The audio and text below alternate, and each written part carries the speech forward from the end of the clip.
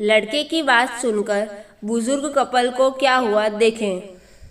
शहर के एक कॉलोनी में एक बुजुर्ग कपल अंकल और आंटी रहते थे। वह कॉलोनी अभी जल्द ही बनी थी, इसलिए उसमें 4 से 5 घर बसे हुए थे। इसका बेटा इन्हें छोड़कर अपनी पत्नी के साथ विदेश में रहता था, क्योंकि उसकी पत्नी ये नहीं चाहती थी कि वह घर पर रहकर अपने सास ससुर की मदद करे। ये बुजुर्ग अंकल और आंटी जिस कॉलोनी में रहते थे, उन्हें हमेशा से यह डर रहता था कि कहीं कोई घटना ना हो जाए, इसलिए वे ज़्यादा घर से बाहर नहीं निकलते थे। लेकिन उनका यह रूटीन था कि वह हर सुबह सूरज निकलने के बाद टहलने के लिए निकल जाते थे।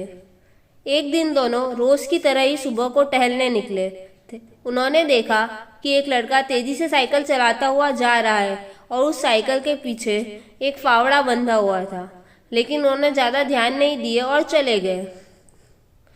दूसरे दिन उसी समय फिर से वह लड़का दिखा और उसी तरह तेजी से साइकिल चलाता जा रहा था।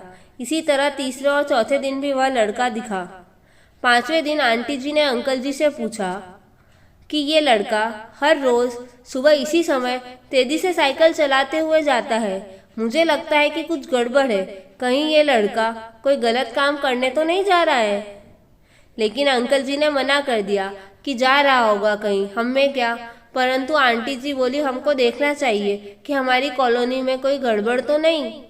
अंकल जी बोले, ठीक है, अगले दिन हम इस लड़के का पीछा करेंगे और देखेंगे कि ये जा कहाँ रहा है। अगले दिन सुबह को फिर से वो लड़का तेजी से साइकिल चलाता निकला। उनके पीछे अंकल और आंटी जी भी गई।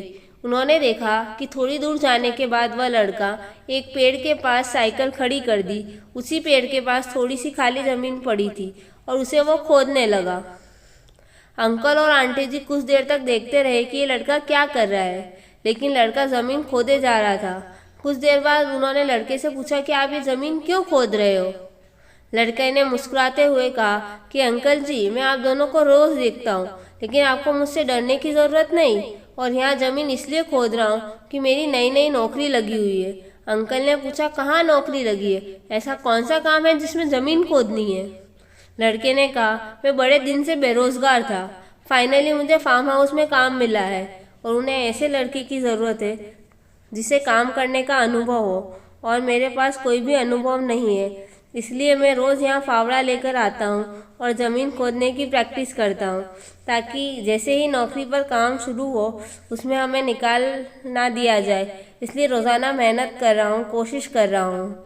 उस लड़के की बात सुनने के बाद अंकल और आंटी जी ने लड़के को आशीर्वाद दिया और बोला, बहुत ही बढ़िया बात है, प्रयास ही जिंदगी में सब कुछ है। यह छोटी सी कहानी ज़िंदगी में बहुत बात सिखाती है।